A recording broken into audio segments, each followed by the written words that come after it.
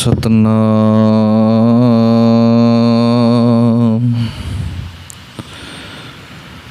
वाहिगुरु साहिब जी।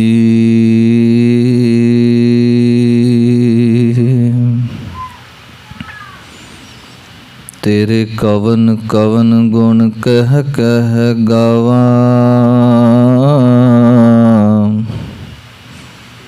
तू साहिब गुणी निधाना।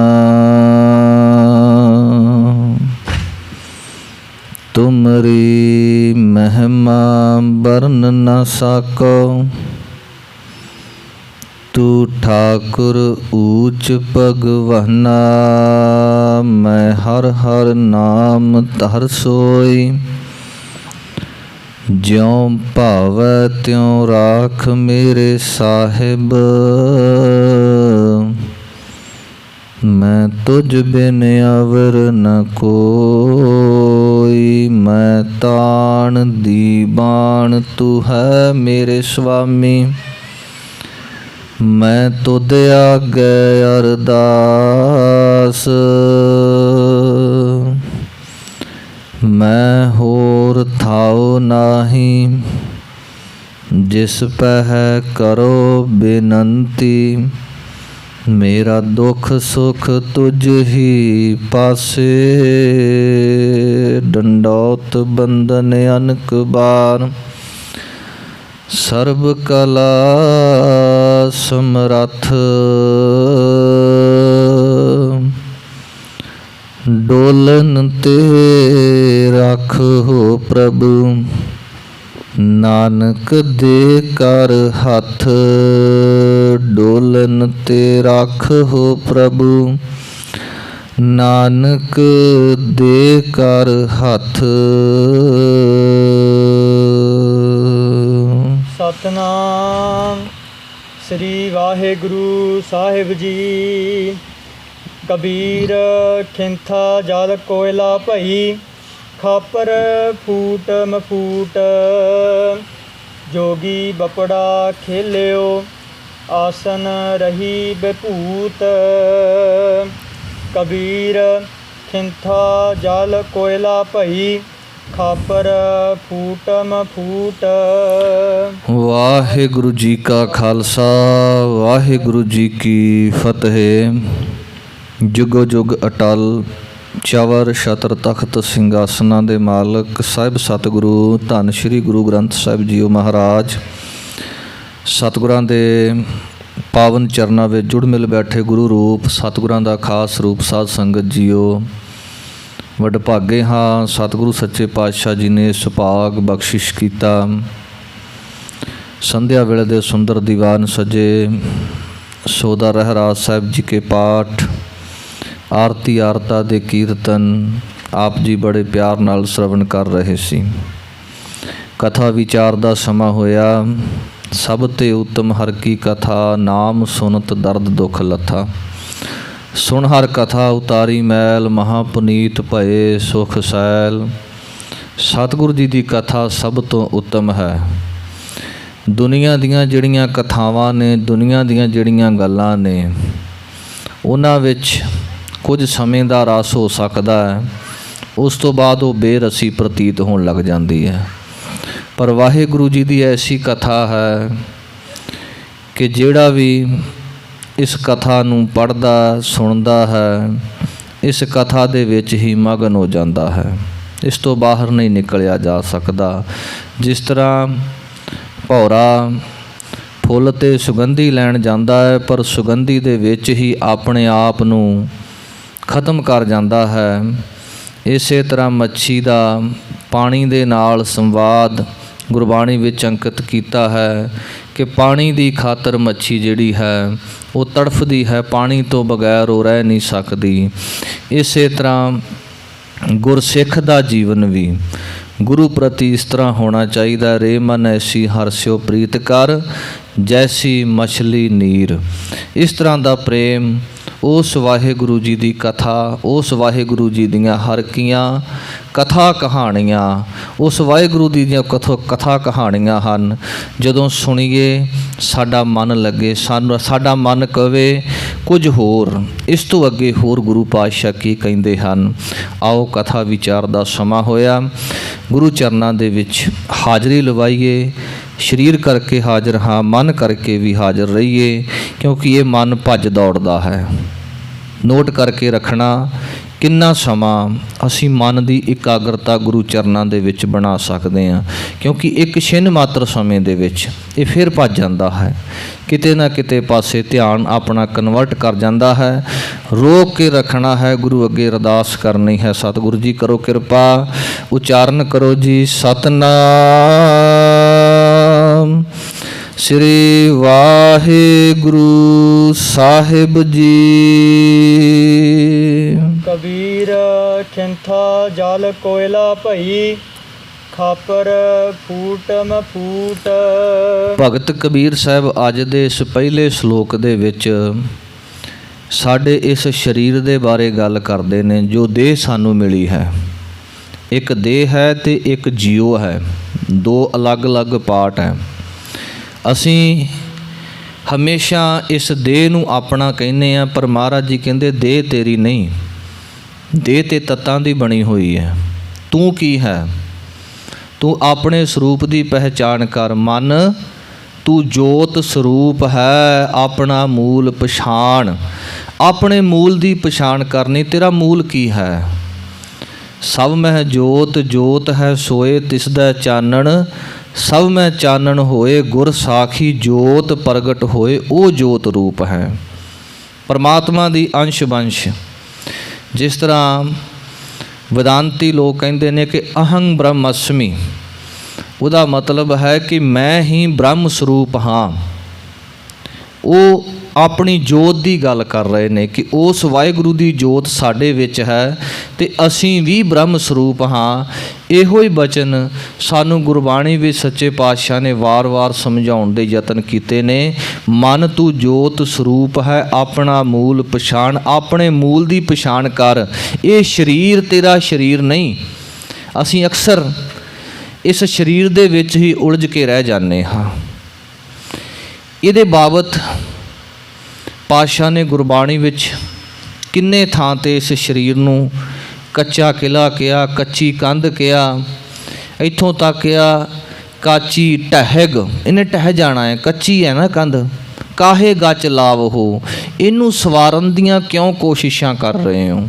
ਸਵਾਰਨਾ ਜਿਸ ਨੂੰ ਹੈ, ਉਸ ਮਨ ਨੂੰ ਸਵਾਰਿਆ ਜਾਵੇ, ਜਿਹੜਾ ਪਤਾ ਹੀ ਨਹੀਂ ਕਿੰਨਿਆਂ ਜਨਮਾਂ ਦੀ ਮੈਲ ਇਸ ਮਨ ਨੂੰ ਲੱਗੀ ਹੋਈ ਆ। ਜਨਮ ਜਨਮ ਕੀ ਇਸ ਮਨ ਕੋ ਮਲ ਲਾਗੀ, ਕਾਲਾ ਹੋਆ ਸਿਆਹੋ। ਸਵਾਰਨਾ ਤੇ ਉਸ ਨੂੰ ਸੀ, ਪਰ ਉਸ ਨੂੰ ਨਹੀਂ ਸਵਾਰਿਆ। ਜਿਸ ਤਰ੍ਹਾਂ ਪਾਤਸ਼ਾਹ ਜੀ ਗੁਰਬਾਣੀ ਵਿੱਚ ਬਚਨ ਕਹਿੰਦੇ ਨੇ, ਮਨਹੁ ਕੁਸੁੱਧੀ ਕਾਲੀਆ ਬਾਹਰੋਂ ਚਿਟਵੀ ਆ। ਮਨ ਕਰਕੇ ਤੇ ਅਸੀਂ ਕਾਲੇ ਹਾਂ। ਅਸੀਂ ਬਾਹਰੋਂ ਇਸ ਸਰੀਰ ਨੂੰ ਸੋਹਣਾ ਬਣਾਉਣ ਦਾ, ਬੜਾ ਬਲਵਾਨ ਬਣਾਉਣ ਦਾ ਯਤਨ ਕਰਦੇ ਹਾਂ।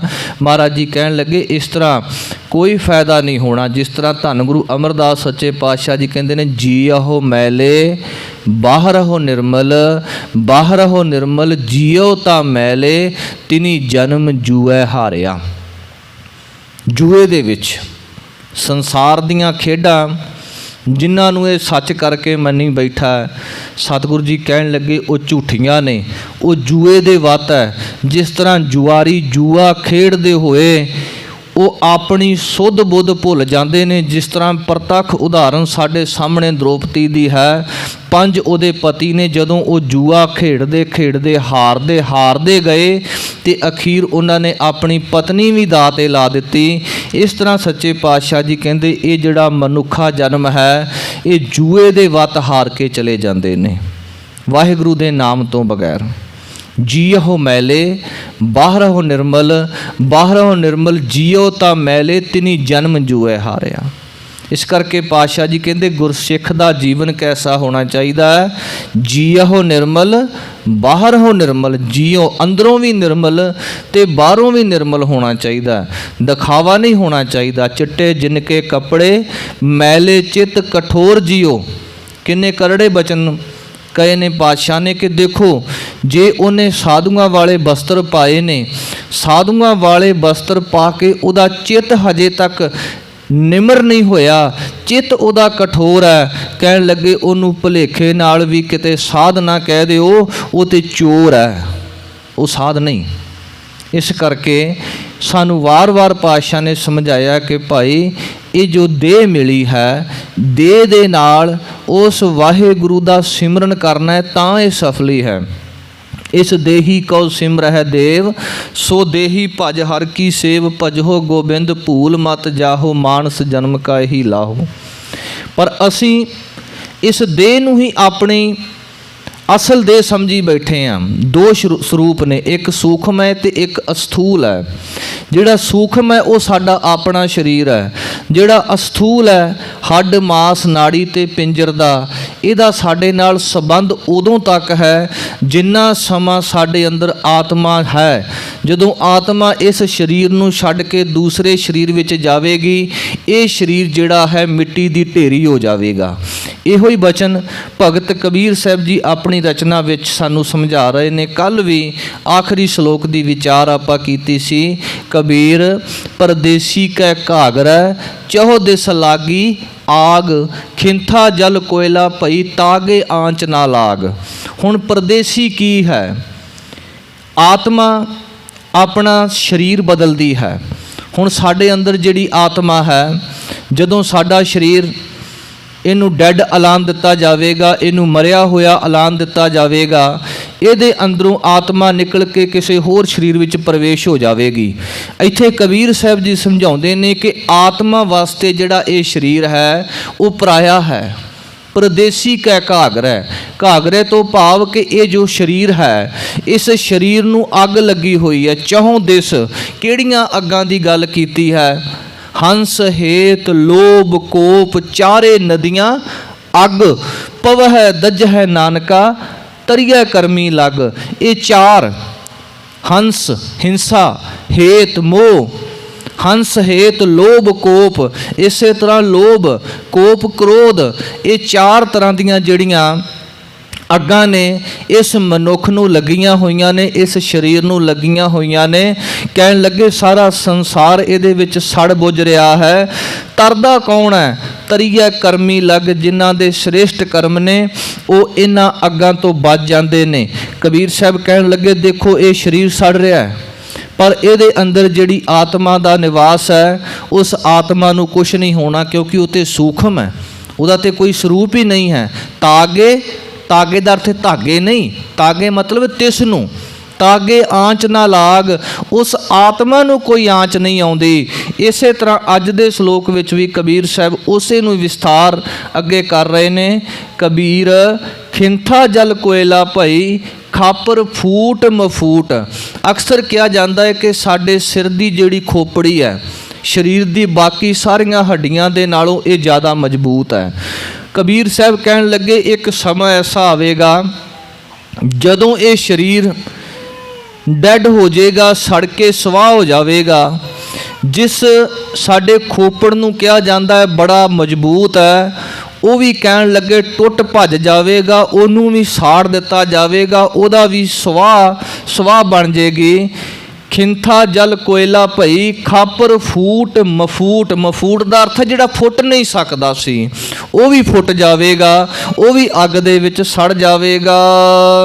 ਜੋਗੀ ਬਪੜਾ ਖੇਲਿਓ, ਆਸਨ ਰਹੀ ਬਭੂਤ। ਜੋਗੀ ਬਪੜਾ ਖੇਲਿਓ, ਇੱਥੇ ਜੋਗੀ ਦਾ ਅਰਥ ਕੀਤਾ ਹੈ ਸਾਡੀ ਆਤਮਾ ਤੋਂ। ਕਹਿਣ ਲੱਗੇ ਉਹ ਆਤਮਾ, ਉਹ ਸੂਖਸ਼ਮ ਸਰੀਰ ਇਸ ਅਸਥੂਲ ਸਰੀਰ ਦੇ ਅੰਦਰ ਖੇਡਦਿਆਂ ਹੋਇਆਂ ਜਿੰਨੇ ਸਵਾਸ ਉਹਨੂੰ ਪ੍ਰਾਪਤ ਹੋਏ, ਹਵਾ ਦੇ ਥੰਮ ਪ੍ਰਾਪਤ ਹੋਏ, ਉਹ ਖੇਡਦਿਆਂ ਹੋਇਆਂ ਇਸ ਸਰੀਰ ਨੂੰ ਛੱਡ ਕਰਕੇ, ਜਿਸ ਤਰ੍ਹਾਂ ਪੰਛੀ ਇੱਕ ਦਰਖਤ ਨੂੰ ਛੱਡ ਕੇ ਦੂਸਰੇ ਦਰਖਤ ਦੀ ਡਾਹਣੀ ਤੇ ਜਾ ਕਰਕੇ ਬਹਿੰਦੇ ਨੇ, ਇਹ ਆਤਮਾ, ਇਹ ਜੋਗੀ ਇਸ ਸਰੀਰ ਨੂੰ ਛੱਡ ਕੇ ਕਿਸੇ ਹੋਰ ਸਰੀਰ ਦੇ ਵਿੱਚ ਜਾ ਬਹਿੰਦੀ ਹੈ। ਆਸਣ ਰਹੀ ਵਿਭੂਤ, ਜਿਸ ਦੇਹ ਦਾ ਅਭਿਮਾਨ ਕਰਦਾ ਸੀ, ਸਰੀਰ ਦਾ ਹੰਕਾਰ ਕਰਦਾ ਸੀ, ਉਸ ਸਰੀਰ ਦੇ ਥਾਂ ਤੇ ਹੁਣ ਸਵਾਹ ਦੀ ਮੁੱਠ ਬਣ ਗਈ ਹੈ। ਆਸਣ ਰਹੀ ਵਿਭੂਤ, ਵਿਭੂਤ ਦਾ ਅਰਥ ਹੁੰਦਾ ਜੀ ਸਵਾਹ। ਕਹਿਣ ਲੱਗੇ ਇਸ ਦੇਹ ਦਾ ਹੰਕਾਰ ਕਰਦਾ ਸੀ, ਇਹਦੇ ਅੰਦਰੋਂ ਜੀਵ ਆਤਮਾ ਨਿਕਲਣ ਦੇ ਨਾਲ ਇਹ ਸੜ ਕੇ ਸਵਾਹ ਦੀ ਢੇਰੀ ਹੋ ਗਏ। ਕਬੀਰ ਥੋੜੈ ਜਲ ਮਾਛਲੀ ਝੀਵਰ ਮੇਲਿਓ ਜਾਲ। ਝੀਵਰ ਦਾ ਅਰਥ ਹੁੰਦਾ ਜੀ ਮੱਛੀਆਂ ਫੜਨ ਵਾਲਾ, ਮਛੁਆਰਾ। ਛੋਟਾ ਟੋਭਾ ਹੋਵੇ ਤੇ ਉਹਦੇ ਵਿੱਚ ਮੱਛੀਆਂ ਫੜਨ ਵਾਲਾ ਜਿਹੜਾ ਮਛੁਆਰਾ ਆਵੇਗਾ ਉਹ ਆਪਣਾ ਜਾਲ ਪਾਵੇਗਾ ਤੇ ਜਿੰਨੀਆਂ ਕੋ ਮੱਛੀਆਂ ਉਸ ਟੋਭੇ ਦੇ ਵਿੱਚ ਹੈ ਉਹ ਸਾਰੀਆਂ ਦੀਆਂ ਸਾਰੀਆਂ ਉਸ ਜਾਲ ਦੇ ਵਿੱਚ ਆ ਜਾਣਗੀਆਂ। ਕਬੀਰ ਸਾਹਿਬ ਸਾਨੂੰ ਸਿੱਖਿਆ ਦੇ ਰਹੇ ਨੇ, ਅੱਗੇ ਦਾ ਦ੍ਰਿਸ਼ਟਾਂਤ ਦੇ ਕਰਕੇ ਸਮਝਾਉਣਗੇ ਕਿ ਥੋੜ੍ਹਾ ਜਲ ਮਾਛਲੀ ਝੀਵਰ ਮੇਲਿਓ ਜਾਲ। ਮੱਛੀਆਂ ਥੋੜੀਆਂ, ਪਾਣੀ ਵੀ ਥੋੜ੍ਹਾ ਹੈ, ਉਹਦੇ ਵਿੱਚ ਆ ਕੇ ਉਸ ਮਛੁਆਰੇ ਨੇ ਜਾਲ ਲਾਇਆ ਤੇ ਸਾਰੀਆਂ ਮੱਛੀਆਂ ਨੂੰ ਫੜ ਲਿਆ। ਇਹ ਟੋਗਣੈ ਨਾ ਛੂਟ ਸਹਿ ਫਿਰ ਕਰ ਸਮੁੰਦ ਸਮਾਲ। ਕਬੀਰ ਸਾਹਿਬ ਕਹਿਣ ਲੱਗੇ ਜੇ ਤੂੰ ਆਪਣੀ ਜਾਨ ਦੀ ਪਰਵਾਹ ਕਰਨੀ ਹੈ, ਮੱਛੀ ਆਪਣੀ ਜਾਨ ਬਚਾਉਣੀ ਹੈ ਤੇ ਇਸ ਟੋਭੇ ਦੇ ਵਿੱਚ ਰਹਿ ਕੇ ਤੇਰੀ ਜਾਨ ਦੀ ਜਿਹੜੀ ਬਖਸ਼ੀ ਨਹੀਂ ਹੋਣੀ, ਤੂੰ ਫੜੀ ਜਾਣਾ ਹੈ। ਜੇ ਤੂੰ ਬਚਣਾ ਹੈ ਤੇ ਤੂੰ ਸਮੁੰਦਰ ਦੇ ਵਿੱਚ ਜਾ। ਉੱਥੇ ਮਛੁਆਰਾ ਕਿੱਡਾ ਕੁ ਵੱਡਾ ਜਾਲ ਲਾਵੇਗਾ, ਕਿਉਂਕਿ ਉਹ ਤੇ ਬਹੁਤ ਵੱਡਾ ਹੈ, ਉਹ ਬਹੁਤ ਡੂੰਘਾ ਹੈ, ਉੱਥੇ ਤੂੰ ਆਨੰਦ ਮਾਣੀ। ਹੁਣ ਅਸਲ ਗੱਲ ਜਿਹੜੀ ਸਾਨੂੰ ਸਮਝਾਉਂਦੇ ਨੇ ਕਿ ਸੰਸਾਰ ਦੇ ਜਿਹੜੇ ਪਦਾਰਥ ਨੇ ਜਿਨ੍ਹਾਂ ਦੇ ਵਿੱਚ ਅਸੀਂ ਅਕਸਰ ਖਚਤ ਹੋ ਜਾਂਦੇ ਹਾਂ, ਮੋਹ ਮਾਇਆ ਦੇ ਵਿੱਚ, ਕਬੀਰ ਸਾਹਿਬ ਕਹਿਣ ਲੱਗੇ ਤੇ ਬਹੁਤ ਛੋਟਾ ਜਿਹਾ ਟੋਭਿਆਂ ਦਾ ਪਾਣੀ ਹੈ, ਇਹਦੇ ਵਿੱਚ ਫਸੋਗੇ ਤੁਹਾਨੂੰ ਕਾਲ ਰੂਪੀ ਮਛੁਆਰਾ ਆ ਕੇ ਜਾਲ ਪਾ ਲੇਗਾ, ਮੌਤ ਰੂਪੀ ਜਾਲ ਪਾ ਲੇਗਾ, ਉਹ ਫੜ ਕੇ ਲੈ ਜਾਏਗਾ, ਤੁਸੀਂ ਬਚ ਨਹੀਂ ਸਕਦੇ। ਇਸੇ ਤਰ੍ਹਾਂ ਅਗਲੀ ਪੰਕਤੀ ਦਾ ਅਰਥ ਕਰਦੇ ਨੇ ਕਿ ਇਸ ਟੋਭੇ ਦੇ ਵਿੱਚੋਂ ਭਾਵ ਕਿ ਸੰਸਾਰ ਦੇ ਮੋਹ ਮਾਇਆ ਦੇ ਵਿੱਚੋਂ, ਪਦਾਰਥਾਂ ਦੇ ਵਿੱਚੋਂ ਤੂੰ ਬਚ ਨਹੀਂ ਸਕਦਾ। ਜੇ ਤੂੰ ਬਚਣਾ ਹੈ ਤੂੰ ਉਸ ਅਕਾਲ ਪੁਰਖ ਵਾਹਿਗੁਰੂ ਦੇ ਚਰਨਾਂ ਦੇ ਨਾਲ ਪ੍ਰੀਤੀ ਲਾ। ਉੱਥੇ ਜਾ ਕੇ ਕਾਲ ਦੀ ਵੀ ਕੋਈ ਵਾਹ ਨਹੀਂ ਚੱਲਦੀ, ਉੱਥੇ ਕਾਲ ਦੇ ਵੀ ਹੱਥ ਖੜੇ ਹੋ ਜਾਂਦੇ ਨੇ। ਉੱਥੇ ਜਾ ਉਸ ਪ੍ਰਮਾਤਮਾ ਦੇ ਨਾਲ ਪ੍ਰੀਤੀ ਕਰ ਜੇ ਤੂੰ ਸੰਸਾਰ ਸਮੁੰਦਰ ਤੋਂ ਤਰਨਾ ਹੈ। ਕਬੀਰ ਸਮੁੰਦ ਨਾ ਛੋਡੀਐ ਜਾਓ ਅਤ ਖਾਰੋ ਹੋਏ। ਹੁਣ ਇੱਥੇ ਫਿਰ ਕਬੀਰ ਸਾਹਿਬ ਨੇ ਬੜਾ ਸੁੰਦਰ ਸਮਝਾਇਆ, ਕਿਉਂਕਿ ਸਿੰਬਲ ਹੈ, ਸਾਈਨ ਹੈ, ਸਮੁੰਦਰ ਖਾਰਾ ਹੈ, ਸਭ ਨੂੰ ਪਤਾ ਹੈ। ਕਬੀਰ ਸਾਹਿਬ ਕਹਿਣ ਲੱਗੇ ਮੱਛੀ ਨੂੰ ਕਿ ਮੱਛੀ ਵੇਖ, ਕਿਤੇ ਹੁਣ ਇਹ ਕਹਿ ਕੇ ਨਾ ਵਾਪਸ ਮੁੜ ਆਈ ਕਿ ਸਮੁੰਦਰ ਤੇ ਖਾਰਾ ਹੈ। ਸਮੁੰਦਰ ਨੂੰ ਨਾ ਛੱਡੀ, ਭਾਵੇਂ ਜਿੰਨਾ ਮਰਜ਼ੀ ਖਾਰਾ ਹੋਵੇ। ਪੋਖਰ ਪੋਖਰ ਢੂੰਡਤੇ ਭਲੋ ਨਾ ਕਹ ਹੈ ਕੋਏ। ਤੇ ਜੇ ਤੂੰ ਸਮੁੰਦਰ ਨੂੰ ਛੱਡ ਕੇ, ਪੋਖਰ ਜਿਹੜਾ ਸ਼ਬਦ ਹੈ ਨਾ ਛੱਪੜ ਦਾ ਰੂਪ ਹੈ, ਕਲਕੱਤੇ ਬੰਗਾਲ ਏਰੀਆ ਦੇ ਵਿੱਚ ਛੱਪੜ ਨੂੰ ਪੋਖਰ ਕਹਿੰਦੇ ਨੇ। ਕਹਿੰਦੇ ਪੋਖਰ ਪੋਖਰ ਢੂੰਡਤੇ ਭਲੋ ਨਾ ਕਹਿਆ ਕੋਏ। ਕਿਸੇ ਨੇ ਤੈਨੂੰ ਭਲਾ ਨਹੀਂ ਕਹਿਣਾ, ਕਿਸੇ ਨੇ ਤੈਨੂੰ ਚੰਗਾ ਨਹੀਂ ਕਹਿਣਾ। ਕਿਉਂ? ਲੋਕਾਂ ਨੇ ਕਹਿਣਾ ਓਏ ਪਾਗਲ ਹੋ ਗਈ, ਇਹ ਸਮੁੰਦਰ ਨੂੰ ਛੱਡ ਕੇ ਟੋਭਿਆਂ ਦੇ ਵਿੱਚ ਆ ਕੇ ਤਾਰੀਆਂ ਲਾ ਰਹੀ ਹੈ। ਅਸਲ ਜਿਹੜਾ ਅੰਤਰੀਵ ਅਰਥ ਹੈ, ਕਬੀਰ ਸਾਹਿਬ ਸਾਨੂੰ ਸਮਝਾਉਂਦੇ ਨੇ ਕਿ ਉਹ ਭਲਿਓ ਉਸ ਅਕਾਲ ਪੁਰਖ ਰੂਪ, ਅਕਾਲ ਪੁਰਖ ਵਾਹਿਗੁਰੂ ਰੂਪ ਜੋ ਸਮੁੰਦਰ ਹੈ, ਉਸ ਸਮੁੰਦਰ ਦੇ ਨਾਲ ਪ੍ਰੇਮ ਪਾਓ। ਉਸ ਪਰਮਾਤਮਾ ਨੂੰ ਛੱਡ ਕੇ ਜੇਕਰ ਤੁਸੀਂ ਹੋਰ ਹੀ ਦੰਭੀਆਂ ਪਖੰਡੀਆਂ ਦੇ ਦਰਾਂ ਤੇ ਜਾ ਕੇ ਮੱਥੇ ਟੇਕੋਗੇ, ਉਹਨਾਂ ਨੂੰ ਜਾ ਕਰਕੇ ਆਪਣੇ ਟੇਵੇ ਲਵਾਓਗੇ, ਉਹਨਾਂ ਤੋਂ ਪੁੱਛੋਗੇ ਸਾਡੇ ਘਰ ਵਿੱਚ ਸੁੱਖ ਕਿਵੇਂ ਮਿਲੇਗਾ, ਕਹਿਣ ਲੱਗੇ ਲੋਕ ਤੁਹਾਨੂੰ ਲਾਹਣਤਾਂ ਪਾਉਣਗੇ ਕਿ ਤੁਸੀਂ ਉਸ ਅਕਾਲ ਪੁਰਖ ਵਾਹਿਗੁਰੂ ਦੀ ਅੰਸ਼ੋਂ, ਤੁਸੀਂ ਉਸ ਪਰਮਾਤਮਾ ਨੂੰ ਛੱਡ ਕੇ ਇਹਨਾਂ ਟੋਭਿਆਂ ਦੇ ਉੱਤੇ ਕਿਉਂ ਡਿੱਗ ਰਹੇ ਹੋ।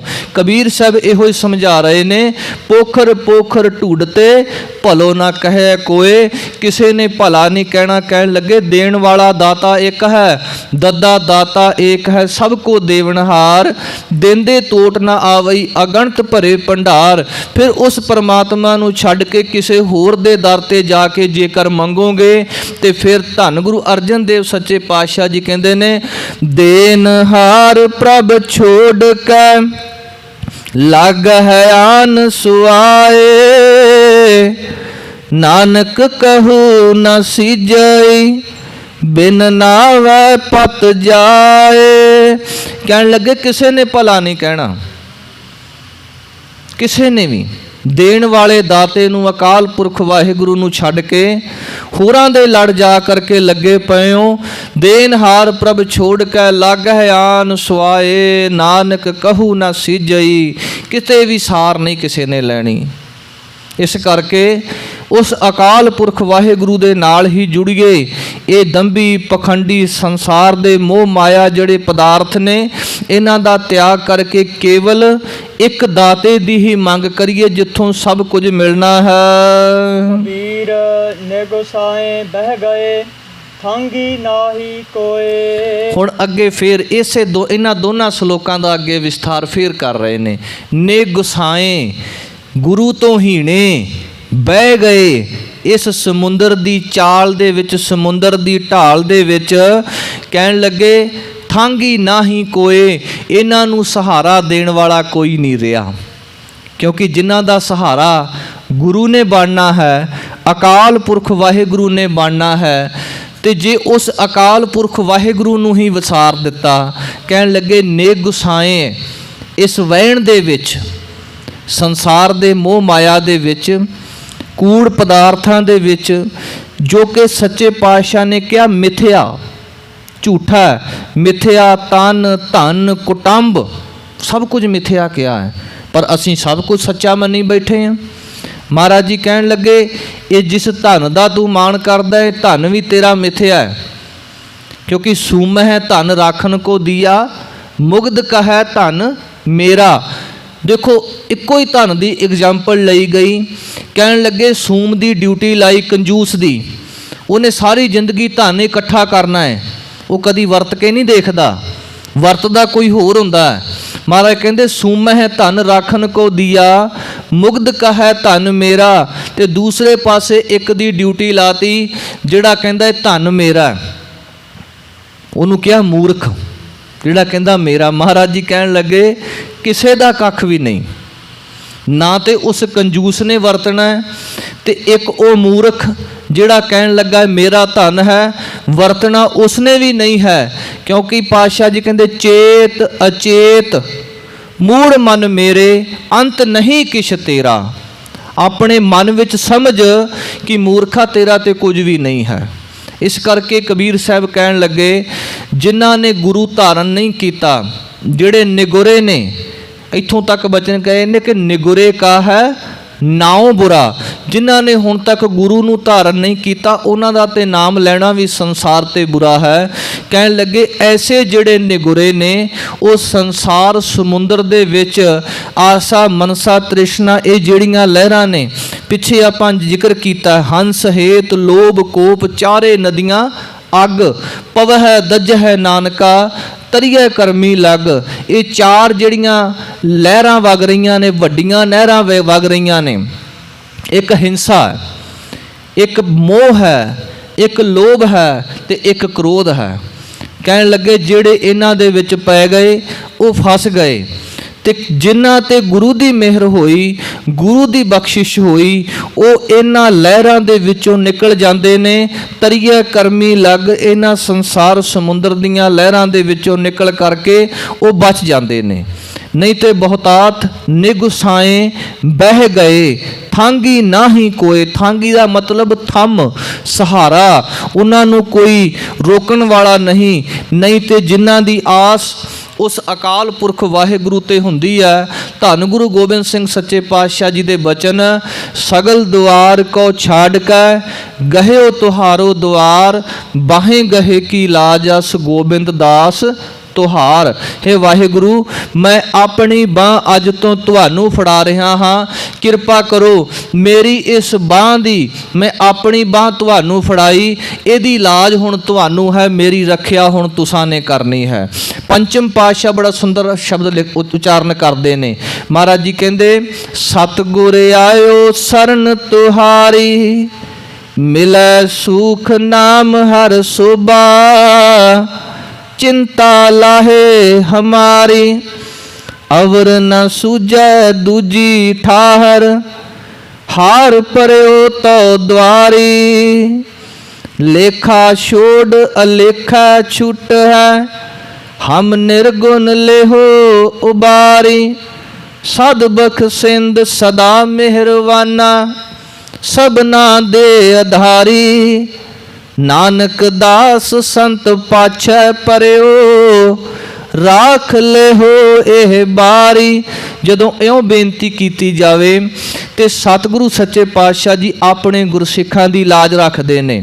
ਸਤਿਗੁਰ ਸਿੱਖ ਕੀ ਕਰੈ ਪ੍ਰਤਪਾਲ, ਸੇਵਕ ਕਉ ਗੁਰ ਸਦਾ ਦਇਆਲ। ਸਿੱਖ ਕੀ ਗੁਰ ਦੁਰਮਤ ਮਲ ਹਿਰੈ, ਗੁਰ ਬਚਨੀ ਹਰ ਨਾਮ ਉਚਰੈ। ਸਤਿਗੁਰ ਸਿੱਖ ਕੇ ਬੰਧਨ ਕਾਟੈ, ਗੁਰ ਕਾ ਸਿੱਖ बेकार ते हटै। सतगुर सिख को नाम धन दे, गुर का सिख वडभागी है। जिन्हां ने गुरु धारण किया उन्हां दी रखिया गुरु इउं करदे ने, अपने गुरसिखां नूं विकारां तो वरजदे ने, अपने गुरसिखां दी प्रतिपाल करदे ने।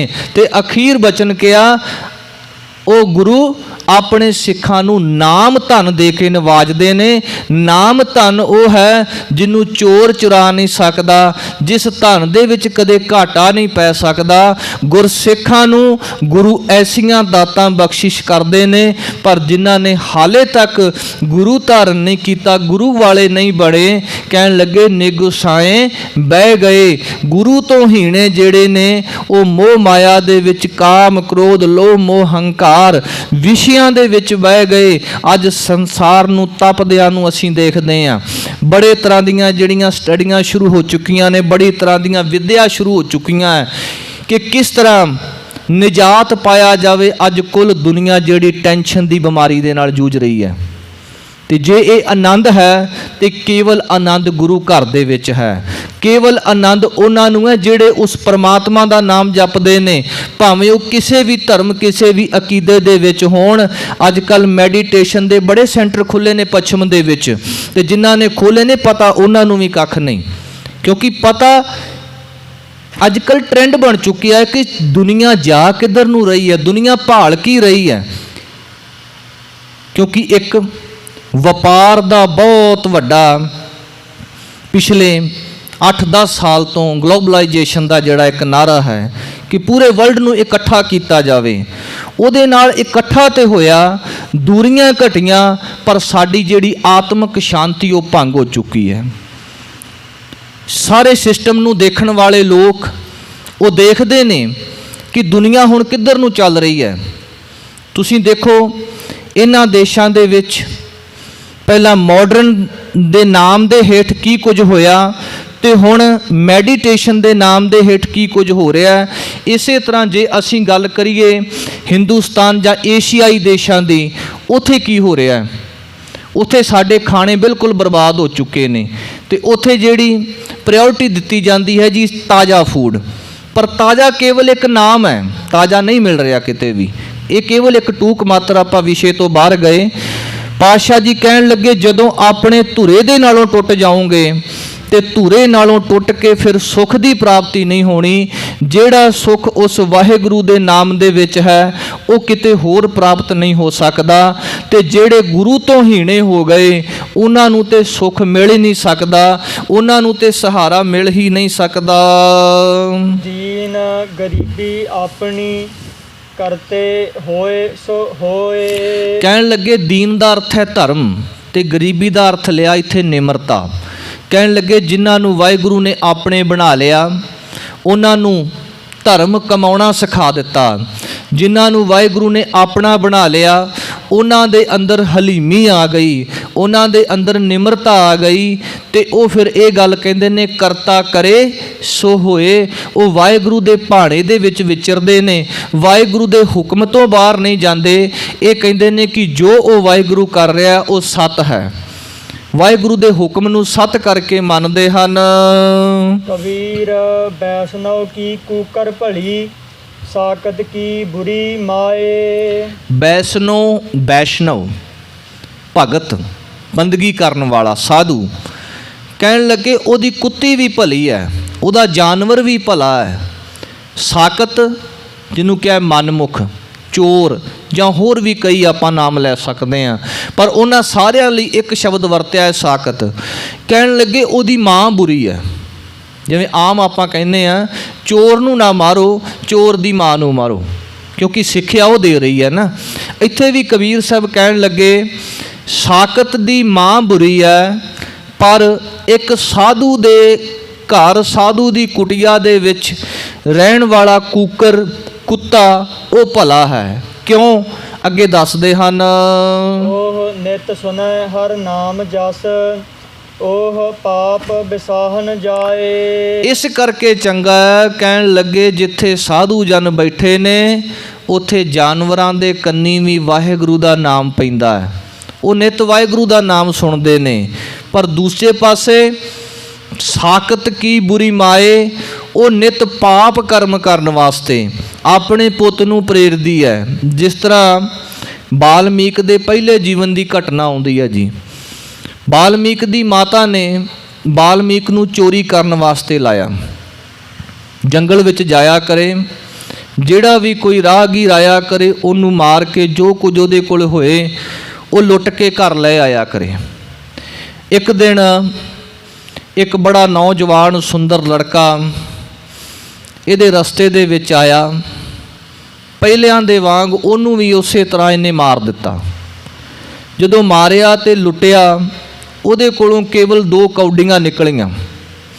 ਮਨ ਉਦਾਸ ਹੋਇਆ, ਉਪਰਾਮ ਹੋਇਆ ਕਿ 2 ਕੌਡੀਆਂ ਦੇ ਬਦਲੇ ਐਡਾ ਜਵਾਨ ਸੁੰਦਰ ਲੜਕਾ ਮੇਰੇ ਹੱਥੋਂ ਮਰ ਗਿਆ। ਆ ਕੇ ਕੌਡੀਆਂ ਰੱਖੀਆਂ ਤੇ ਇੱਕ ਬਸਤਰ ਲੈ ਕੇ ਮੰਜੇ ਤੇ ਪੈ ਗਿਆ, ਚਟਾਈ ਤੇ ਪੈ ਗਿਆ। ਮਾਂ ਨੇ ਪੁੱਛਿਆ, ਪੁੱਤ ਅੱਜ ਉਦਾਸ ਕਿਉਂ ਹੈ?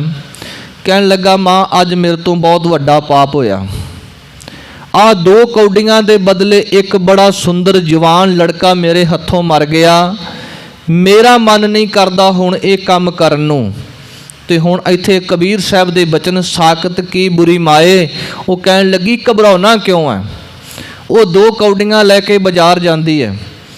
ਬਾਜ਼ਾਰ ਜਾ ਕੇ ਉਹਨਾਂ 2 ਕੌਡੀਆਂ ਦੀਆਂ ਮੱਛੀਆਂ ਲੈ ਕੇ ਆਉਂਦੀ ਹੈ, ਛੋਟੀਆਂ ਛੋਟੀਆਂ ਮੱਛੀਆਂ। ਤੇ ਆ ਕੇ ਬਾਲਮੀਕ ਨੂੰ, ਪਹਿਲੇ ਜਨਮ ਦੀ ਗੱਲ ਕਰ ਰਹੇ ਜੀ ਬਾਲਮੀਕ ਦੇ, ਆ ਕੇ ਦਿਖਾਉਂਦੀ ਹੈ, ਦੇਖ ਤੂੰ ਕਹਿੰਦਾ ਕਿ ਇਹਨਾਂ 2 ਕੌਡੀਆਂ ਬਦਲੇ ਤੇਰੇ ਤੋਂ ਇੱਕ ਬੰਦਾ ਮਰਿਆ, ਪਾਪ ਹੋਇਆ। ਆ ਦੇਖ ਤੇਰੇ ਤੋਂ ਵੱਡੇ ਪਾਪੀ ਹੋਰ ਬੈਠੇ ਨੇ, 2 ਪੈਸਿਆਂ ਦੇ ਬਦਲੇ ਕਿੰਨੀਆਂ ਮੱਛੀਆਂ ਇਹਨੇ ਸਾਨੂੰ ਦੇ ਦਿੱਤੀਆਂ। ਉਹਦੇ ਉਪਰਾਮ ਹੋਏ ਮਨ ਨੂੰ ਫੇਰ ਪਾਪਾਂ ਦੇ ਵਾਲੇ ਪਾਸੇ ਧੱਕ ਦਿੱਤਾ। ਉਹ ਫੇਰ ਉਸੇ ਰਾਹ ਤੇ ਪਾਪ ਕਰਮ ਕਰਨ ਵਾਸਤੇ ਅੱਗੇ ਜਾਂਦਾ ਹੈ, ਹੋਰ ਪਤਾ ਨਹੀਂ ਕਿੰਨਿਆਂ ਕੁ ਨੂੰ ਮਾਰਦਾ ਹੈ। ਸੋ ਇਉਂ ਕਬੀਰ ਸਾਹਿਬ ਸਮਝਾਉਂਦੇ ਨੇ, ਸਾਕਤ ਕੀ ਬੁਰੀ ਮਾਏ, ਉਸ ਮਨਮੁਖ ਦੀ, ਉਸ ਚੋਰ ਦੀ, ਚੋਰ ਤੋਂ ਬੁਰੀ ਉਹਦੀ ਮਾਂ ਹੈ ਜੋ ਉਹਨੂੰ ਸਿੱਖਿਆ ਦਿੰਦੀ ਹੈ। ਪਰ ਉਹਨਾਂ ਦੇ ਓਪੋਜਿਟ ਜਿਹੜੇ ਸਾਧੂ ਮਹਾਤਮਾ ਨੇ, ਉਹਨਾਂ ਦੇ ਜਿਹੜੇ ਜਨੌਰ ਨੇ, ਕੁੱਤਾ ਆਦਿ ਨੇ, ਉਹ ਵੀ ਸਫਲ ਹੈ ਉਹਨਾਂ ਦਾ ਜਨਮ। ਕਬੀਰ ਹਰਨਾ ਦੂਬਲਾ ਇਹੋ ਹਰਿਆਰਾ ਤਾਲ। ਹੁਣ ਕਬੀਰ ਸਾਹਿਬ ਜੀ ਹਰਨ ਦੇ ਸਿੰਬਲ ਰਾਹੀਂ ਸਾਨੂੰ ਸਮਝਾਉਂਦੇ ਨੇ ਕਿ ਹਰਨਾ ਤੂੰ ਬੜਾ ਦੁਬਲਾ ਹੈ, ਬੜਾ ਪਤਲਾ ਹੈ, ਤੇ ਇਸ ਤਾਲ ਦੇ ਉੱਪਰ ਤੂੰ ਘੁੰਮ ਰਿਹਾ ਹੈ, ਘਾਹ ਫੂਸ ਆਦਿ ਖਾ ਰਿਹਾ ਹੈ। ਲੱਖ ਅਹੇਰੀ ਏਕ ਜੀਓ ਕੇਤਾ ਬੰਚਾਓ ਕਾਲ। ਲੱਖਾਂ ਹੀ ਤੇਰੇ ਦੁਸ਼ਮਣ ਨੇ, ਤੇਰੇ ਸ਼ਿਕਾਰੀ ਨੇ, ਤੈਨੂੰ ਮਾਰਨ ਵਾਸਤੇ ਤਿਆਰ ਨੇ।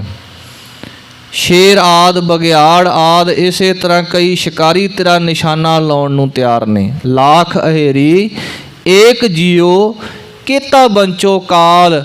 ਕਿੰਨਾ ਕੁ ਸਮਾਂ ਤੂੰ ਕਾਲ ਤੋਂ ਬਚ ਸਕਦਾ ਹੈ, ਮੌਤ ਤੋਂ ਬਚ ਸਕਦਾ ਹੈ, ਭਾਵ ਬਚ ਨਹੀਂ ਸਕਦਾ। ਇਸੇ ਤਰ੍ਹਾਂ ਦਾ ਹੀ ਇੱਕ ਐਗਜ਼ਾਮਪਲ ਬਾਬਾ ਫਰੀਦ ਸਾਹਿਬ ਜੀ ਲੈਂਦੇ ਨੇ।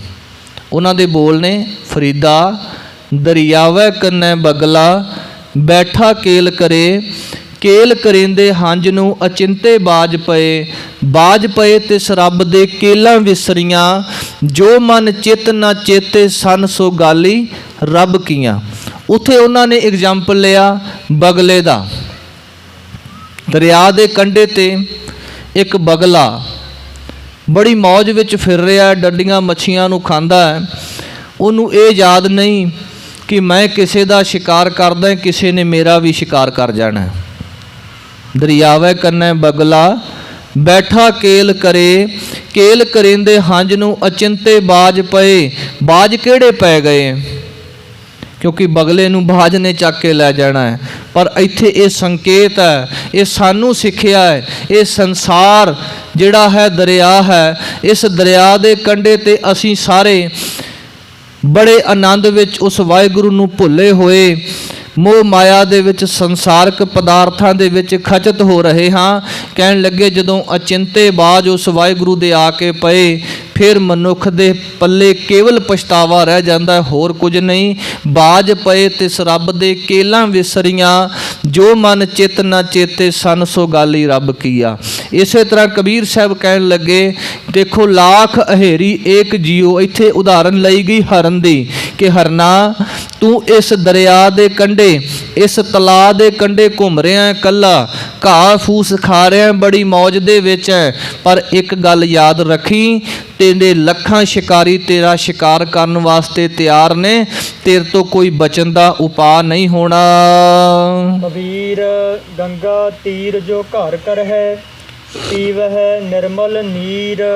ਇੱਥੇ ਕਬੀਰ ਸਾਹਿਬ ਜੀ ਨੇ ਕੁਝ ਭੁਲੇਖੇ ਦੂਰ ਕੀਤੇ। ਕਈ ਤਰ੍ਹਾਂ ਦੇ ਵਹਿਮ ਭਰਮ ਹਰ ਇੱਕ ਧਰਮਾਂ ਦੇ ਵਿੱਚ ਹੁੰਦੇ ਨੇ।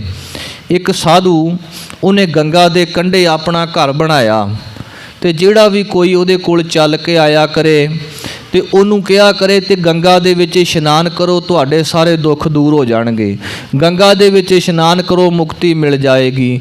ਗੰਗਾ ਵਿੱਚ ਇਸ਼ਨਾਨ ਕਰੋ, ਆ ਮਿਲ ਜੇਗਾ। ਕਬੀਰ ਸਾਹਿਬ ਕਹਿਣ ਲੱਗੇ, ਠੀਕ ਹੈ, ਗੰਗਾ ਮਾੜੀ ਨਹੀਂ, ਗੰਗਾ ਪਵਿੱਤਰ ਨਦੀ ਹੈ, ਗੰਗਾ ਦਾ ਜਲ ਬੜਾ ਸਾਫ਼ ਹੈ। ਪਰ ਇਹ ਵੀ ਯਾਦ ਰੱਖਿਆ ਜਾਵੇ ਕਿ ਪਰਮਾਤਮਾ ਦੇ ਨਾਮ ਤੋਂ ਬਗੈਰ ਕੁਝ ਵੀ ਨਹੀਂ ਹੋਣਾ। ਕਬੀਰ ਸਾਹਿਬ ਦੱਸਦੇ ਨੇ ਕਿ ਗੰਗਾ ਦੇ ਕਿਨਾਰੇ ਜਿਨ੍ਹਾਂ ਨੇ ਆਪਣਾ ਘਰ ਬਣਾਇਆ, ਭਾਵ ਗੰਗਾ ਤੇ ਹੀ ਉਹਨਾਂ ਨੇ ਆਪਣਾ ਵਸੇਬਾ ਕੀਤਾ, ਉੱਥੇ ਹੀ ਰਹਿ ਕਰਕੇ ਗੰਗਾ ਦੇ ਵਿੱਚ ਹੀ ਉਹਨਾਂ ਨੇ ਟੁੱਬੀਆਂ ਲਾਈਆਂ। ਕਹਿਣ ਲੱਗੇ, ਇਉਂ ਕਈ ਕਹਿੰਦੇ ਹਨ ਕਿ ਉੱਥੇ ਹੀ ਇਸ਼ਨਾਨ ਕਰਨ ਦੇ ਨਾਲ ਪਵਿੱਤਰ ਹੋ ਜਾਈਦਾ ਹੈ। ਇਸ ਪੰਕਤੀ ਨੂੰ ਦੁਬਾਰਾ ਪੜ੍ਹਿਆ ਜਾਵੇ ਜੀ। ਕਬੀਰ ਗੰਗਾ ਤੀਰ ਜੋ ਘਰ ਕਰ ਹੈ, ਪੀਵਹਿ ਨਿਰਮਲ ਨੀਰ। ਕਬੀਰ ਸਾਹਿਬ ਕਹਿਣ ਲੱਗੇ, ਗੰਗਾ ਦੇ ਕੰਢੇ ਤੇ ਜੇ ਕੋਈ ਆਪਣਾ ਘਰ ਬਣਾ ਲਵੇ ਤੇ ਸਾਰੀ ਜ਼ਿੰਦਗੀ ਗੰਗਾ ਦਾ ਪਵਿੱਤਰ ਜਲ ਹੀ ਛਕਦਾ ਰਵੇ, ਗੰਗਾ ਦਾ ਪਾਣੀ ਹੀ ਪੀਂਦਾ ਰਵੇ।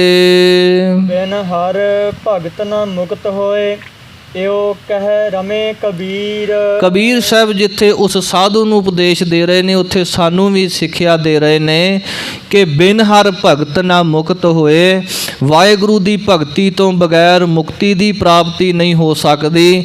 ਭਾਵੇਂ ਤੁਸੀਂ ਗੰਗਾ ਦੇ ਵਿੱਚ ਇਸ਼ਨਾਨ ਕਰੋ, ਭਾਵੇਂ ਗੰਗਾ ਦੇ ਕੰਢੇ ਜਾ ਕੇ ਆਪਣਾ ਘਰ ਬਣਾਓ, ਤੇ ਭਾਵੇਂ ਸਾਰੀ ਜ਼ਿੰਦਗੀ ਗੰਗਾ ਦਾ ਜਲ ਪੀਂਦੇ ਰਹੋ। ਕੁਝ ਉਦਾਹਰਨਾਂ ਭਗਤ ਕਬੀਰ ਸਾਹਿਬ ਨੇ ਗੁਰਬਾਣੀ ਵਿੱਚ ਹੋਰ ਵੀ ਵਰਤੀਆਂ। ਜਿਵੇਂ ਭਗਤ ਕਬੀਰ ਸਾਹਿਬ ਨੇ ਤੁੰਮੀ ਦੀ ਉਦਾਹਰਨ ਲਈ। ਕਹਿਣ ਲੱਗੇ, ਹੁਣ ਤੁੰਮੀ ਆਪਾਂ ਦੇਖਿਆ, ਤੁੰਮਾ ਉਹ ਵੇਖਣ ਨੂੰ ਬੜਾ ਖੂਬਸੂਰਤ ਹੈ, ਸੋਹਣਾ ਲੱਗਦਾ ਹੈ। ਕਹਿਣ ਲੱਗੇ, ਉਹਦੇ ਅੰਦਰ ਦੀ ਜਿਹੜੀ ਕੁੜੱਤਣ ਹੈ ਉਹ ਨਹੀਂ ਜਾ ਸਕਦੀ। ਭਾਵੇਂ ਕਹਿਣ ਲੱਗੇ ਉਹਨੂੰ ਗੰਗਾ ਦੇ ਵਿੱਚ ਜਾ ਕੇ ਜਿੰਨੇ ਮਰਜ਼ੀ ਗੋਤੇ ਲਵਾ ਦਿੱਤੇ ਜਾਣ, ਉਹ ਅੰਦਰੋਂ ਜ਼ਹਿਰ ਨਹੀਂ ਛੱਡਦੀ। ਇਸੇ ਤਰ੍ਹਾਂ ਜੇ ਵਾਹਿਗੁਰੂ ਦਾ ਨਾਮ ਨਹੀਂ ਜਪਿਆ, ਵਾਹਿਗੁਰੂ ਦੀ ਬੰਦਗੀ ਨਹੀਂ ਕੀਤੀ, ਭਾਵੇਂ ਗੰਗਾ ਵਿੱਚ ਜਿੰਨੀਆਂ ਮਰਜ਼ੀ ਟੁੱਬੀਆਂ ਲਾ ਲਈਆਂ ਜਾਣ, ਤੁਹਾਡੇ ਮਨ ਦੀ ਜਿਹੜੀ ਇਕਾਗਰਤਾ ਹੈ ਉਹ ਸਥਿਰ ਨਹੀਂ ਹੋ ਸਕਦੀ, ਤੁਹਾਨੂੰ ਅੰਦਰੋਂ ਟਿਕਾ ਨਹੀਂ ਮਿਲ ਸਕਦਾ। ਜੇਕਰ ਮੁਕਤ ਹੋਣਾ ਹੈ ਤੇ ਵਾਹਿਗੁਰੂ ਦੀ ਬੰਦਗੀ ਕਰਨੀ ਪਵੇਗੀ। ਇਉਂ ਉਪਦੇਸ਼ ਦੇ ਕਰਕੇ ਭਗਤ ਕਬੀਰ ਸਾਹਿਬ ਪਰਮਾਤਮਾ ਦੀ ਬੰਦਗੀ ਦੇ ਵਿੱਚ ਲੀਨ ਹੋ ਗਏ। ਕਬੀਰ ਮਨ ਨਿਰਮਲ ਭਇਆ, ਜੈਸਾ ਗੰਗਾ ਨੀਰ। ਹੁਣ ਮਨ ਨਿਰਮਲ ਹੋ ਗਿਆ, ਪਵਿੱਤਰ ਹੋ ਗਿਆ। ਕਿਸ ਤਰ੍ਹਾਂ ਦਾ? ਜਿਵੇਂ ਗੰਗਾ ਦਾ ਪਾਣੀ ਹੈ। ਗੰਗਾ ਪਵਿੱਤਰ ਨਦੀ ਹੈ, ਪਹਿਲਾਂ ਵੀ ਜ਼ਿਕਰ ਕੀਤਾ ਹੈ, ਵੇਦ ਸ਼ਾਸਤਰਾਂ ਦੇ ਵਿੱਚ ਗੰਗਾ ਦਾ ਜ਼ਿਕਰ ਹੈ। ਕਹਿਣ ਲੱਗੇ, ਗੰਗਾ ਦਾ ਜਲ ਜਿਸ ਤਰ੍ਹਾਂ ਪਵਿੱਤਰ ਹੈ, ਨਿਰਮਲ ਹੈ, ਕਿਉਂਕਿ ਬਿਲਕੁਲ ਪਹਾੜਾਂ ਦੇ ਵਿੱਚੋਂ ਨਿਕਲਦੀ ਹੈ, ਬੜਾ ਅਧਿਆਤਮਿਕ ਤੌਰ 'ਤੇ ਵੀ ਤੇ ਵੈਸੇ ਵੀ ਜਿਓਗ੍ਰਾਫੀਕਲ ਕਰਕੇ ਵੀ ਬੜੀ ਪਵਿੱਤਰ ਮੰਨੀ ਗਈ ਹੈ। ਕਹਿਣ ਲੱਗੇ, ਇਸੇ ਤਰ੍ਹਾਂ ਜਿਵੇਂ ਗੰਗਾ ਦਾ ਜਲ ਪਵਿੱਤਰ ਹੈ, ਵਾਹਿਗੁਰੂ ਦੀ ਬੰਦਗੀ ਕਰਨ ਦੇ ਨਾਲ ਮਨ ਵੀ ਨਿਰਮਲ ਹੋ ਜਾਂਦਾ ਹੈ, ਮਨ ਵੀ ਉਜਲ ਹੋ ਜਾਂਦਾ ਹੈ। ਪਾਛੈ ਲਾਗੋ ਹਰ ਫਿਰੈ, कहत कबीर कबीर। ਕਹਿਣ ਲੱਗੇ ਜਿਨ੍ਹਾਂ ਨੇ ਵਾਹਿਗੁਰੂ ਦਾ ਨਾਮ ਜਪਿਆ, ਜਿਨ੍ਹਾਂ ਨੇ ਵਾਹਿਗੁਰੂ ਦੀ ਬੰਦਗੀ ਕੀਤੀ, ਉਹਨਾਂ ਦਾ ਮਨ ਗੰਗਾ ਦੇ ਜਲ ਤੋਂ ਵੀ ਪਵਿੱਤਰ ਹੋ ਗਿਆ। ਤੇ ਕਹਿਣ ਲੱਗੇ ਹੁਣ ਉਹ ਪਰਮਾਤਮਾ ਪਿੱਛੇ ਪਿੱਛੇ ਭੱਜਿਆ ਫਿਰਦਾ ਹੈ, ਕਬੀਰ ਕਬੀਰ ਕਹਿੰਦਾ, क्योंकि तू करता तू हुआ मुझ में रहा ना हूँ, जब आपा पर का मिट गया जत देखा तत तू। जिथे भी किते है वाहिगुरु मैनू तू ही प्रतीत हो रहा है। इउं भगत कबीर साहब उस परमात्मा अकाल पुरख वाहिगुरु जी दी ਬੰਦਗੀ ਦਾ ਜ਼ਿਕਰ ਕਰਦੇ ਆ। ਆਖਰੀ ਸ਼ਲੋਕਾਂ ਦੇ ਵਿੱਚ ਸਾਨੂੰ ਵਹਿਮਾਂ ਦੇ ਵਿੱਚੋਂ ਕੱਢਦੇ ਹੋਇਆਂ ਕਹਿੰਦੇ ਨੇ ਕਿ ਵਾਹਿਗੁਰੂ ਪਰਮੇਸ਼ਰ ਦੇ ਨਾਮ ਜਪਣ ਤੋਂ ਬਗੈਰ ਮੁਕਤੀ ਦੀ ਪ੍ਰਾਪਤੀ ਨਹੀਂ ਹੋ ਸਕਦੀ, ਭਾਵੇਂ ਜਿੰਨੇ ਮਰਜ਼ੀ ਤੀਰਥਾਂ 'ਤੇ ਜਾ ਕਰਕੇ ਇਸ਼ਨਾਨ ਕੀਤੇ ਜਾਣ। ਇਸੇ ਤਰ੍ਹਾਂ ਪਿਛਲੀਆਂ ਸ਼ਲੋਕਾਂ ਦੇ ਵਿੱਚ ਸਰੀਰ ਦੀ ਨਾਸ਼ਵਾਨਤਾ ਦੀ ਗੱਲ ਕੀਤੀ। ਸਾਡੇ ਅੰਦਰ ਜਿਹੜਾ ਜੀਉ ਹੈ ਉਹ ਅੰਮ੍ਰਿਤ ਸਰੂਪ ਹੈ, ਉਹ ਨਹੀਂ ਮਰਦਾ, ਉਹ ਹਮੇਸ਼ਾ ਅਮਰ ਰਹਿੰਦਾ ਹੈ। ਦੇਹ ਬਦਲ ਜਾਂਦੀ ਹੈ। ਦੇਹ ਅਭਿਮਾਨ ਨੂੰ ਛੱਡ ਕਰਕੇ ਪਰਮਾਤਮਾ ਦੀ ਬੰਦਗੀ ਦੇ ਵਿੱਚ ਜੁੜਨਾ ਹੈ। ਇਹੋ ਉਪਦੇਸ਼ ਭਗਤ ਕਬੀਰ ਸਾਹਿਬ ਹੁਣਾਂ ਨੇ ਬਖਸ਼ਿਸ਼ ਕੀਤਾ ਹੈ। ਕਥਾ ਵਿਚਾਰ ਕਰਦੇ ਹਾਂ, ਇੱਕ ਨਹੀਂ ਅਨੇਕਾਂ ਭੁੱਲਾਂ ਗਲਤੀਆਂ ਹੋ ਜਾਂਦੀਆਂ ਹਨ। ਗੁਰੂ ਕੀ ਸੰਗਤ ਗੁਰੂ ਮਹਾਰਾਜ ਬਖਸ਼ਣਯੋਗ ਹਨ, ਕਿਰਪਾ ਕਰਕੇ ਬਖਸ਼ ਦੇਣਾ ਜੀ। ਅਗਾਂਹ ਤੋਂ ਸਮੱਤ ਬਖਸ਼ਣੀ, श्रेष्ठ मत बुद्ध अनुसार कथा विचार कर सकिए। भुल्लन अंदर सब को अभुल गुरु करतार, देहो सज्जन असीसणियाँ जो होवे साहिब स्यो मेल। 3 जुलाई तो 8 जुलाई तक इन्हां पावन अस्थानां ते खालसा गुरमत अकैडमी विखे बच्चियां दा नाम सिमरन कैंप लग रहा है। 3 साल तो लै करके 14 साल तक के बच्चे जोड़े ने वो एंटर हो सकते ने।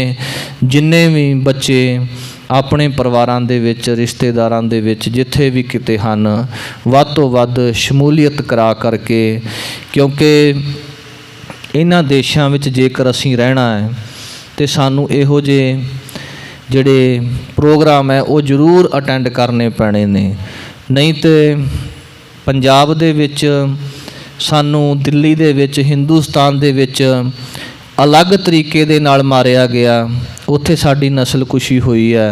तो जे असीं अवेयर ना होए तो जिहड़ी इत्थों वाली नस्ल कुशी है वो सानू पता भी नहीं लगन दिंदी।